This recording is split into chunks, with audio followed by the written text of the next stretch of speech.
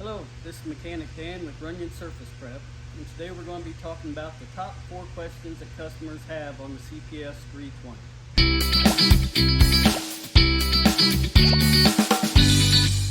Everything on these are really simple fixes, so don't worry, just dive right in. One of the first things we find is you'll see on the new machines it says do not idle. There's a reason for that.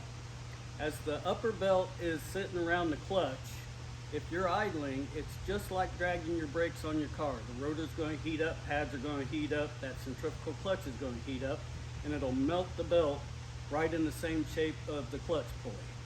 Be sure and keep that thing either off or up off of idle, just to save your upper bearing. Another item you'll run into is in 2018 they decided to do away with the old wiring harness and go to a new wiring harness. The old one was just like your truck, the old trailer plug-in, the 5-prong wide one. We've gone to a much better plug now, seals up better, stays drier, easy to install. Be sure and if you start having problems with any wiring in there, replace the whole wiring assembly. It's really easy to do, doesn't take much time. If you start having a few little problems with running and you start seeing your emission light come on, it could be a couple things. One of the things is the O2 sensor. Be sure and change that O2 sensor as often as you can. They're not that expensive and they'll keep you from having a lot of little issues here and there once you start having issues. Emission box, they don't always go bad, but when they do, they can be a little tricky and the light will lie to you. Just replace that with the O2 sensor, really easy to do. Like I say, O2 sensor, really easy to change out. They can trick you. You can test them, but they'll lie to you. You have to actually put an ohms tester on it and you have to apply voltage to it. And it's a really tricky thing to heat it up and get it tested just right. In the long run, it's a lot quicker and easier just to replace it. And they've upgraded on is the oil drain. Kawasaki's and a lot of engines have used these plastic oil drains with the aluminum plug. Problem is, they end up leaking and getting loose throughout the years. As the engine heats up, cools down, the aluminum doesn't heat and cool the same amount as your cast engine or your block. Be sure and replace these with the new bronze drain. Really easy to install, much nicer, easier to drain. You'll thank yourself in the long run. One of the most common things I run into is people start having problems with their regulator. What they'll do is they'll put either too much propane in their tank, a vapor tank, or they'll put a liquid tank on it and fill the regulator up with propane.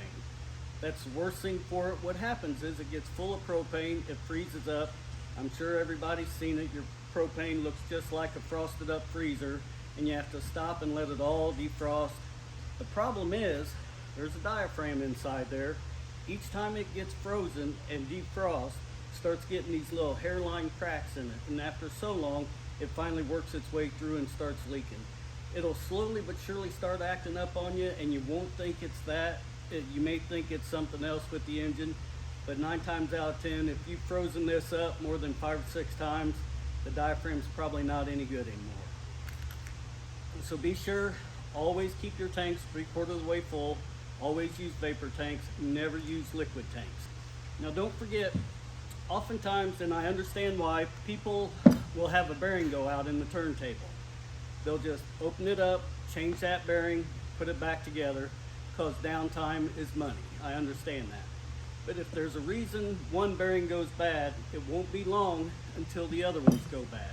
While you're in there, at least change all your spindle bearings, there's 6 of them, and your idler pulley bearings. It's not that expensive, doesn't take that much longer, and in the long run, you'll only be tearing it down 1 time in compared to 6 or 7 times. So if you get in there, change all your bearings. It's not that hard to do.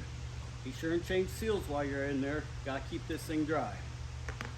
One of the things they've upgraded is the idler pulley system. What they found in the past is as the idler pulley's riding on this, it doesn't have anything to sustain it at the top. So as you're hitting things and as it gets jerked around, it would actually bend this plate and slowly work that idler pulley out of alignment. It's the only pulley in there that isn't held top just to keep it sustained. So what they've done is they've made a bracket to hold the top of your idler pulley. Really easy to install. Anytime you have the old ones apart, go ahead and throw the new bracket in there, upgrade it, and it'll keep that idler pulley nice and straight. Another thing you need to remember is after 50 hours of running, the first thing you get a CPS, get in there, take the inspection plate off, and re-tighten that belt. As it gets worn in, it'll stretch a little bit. Just tighten it up a little bit more. After 50 hours, you'll be good to go from there. Don't forget, we have all your CPS needs and parts on the website. We have a nice new chart, and everything you need is here in stock, or we can get it quite easily. This has been Mechanic Dan. Thank you very much.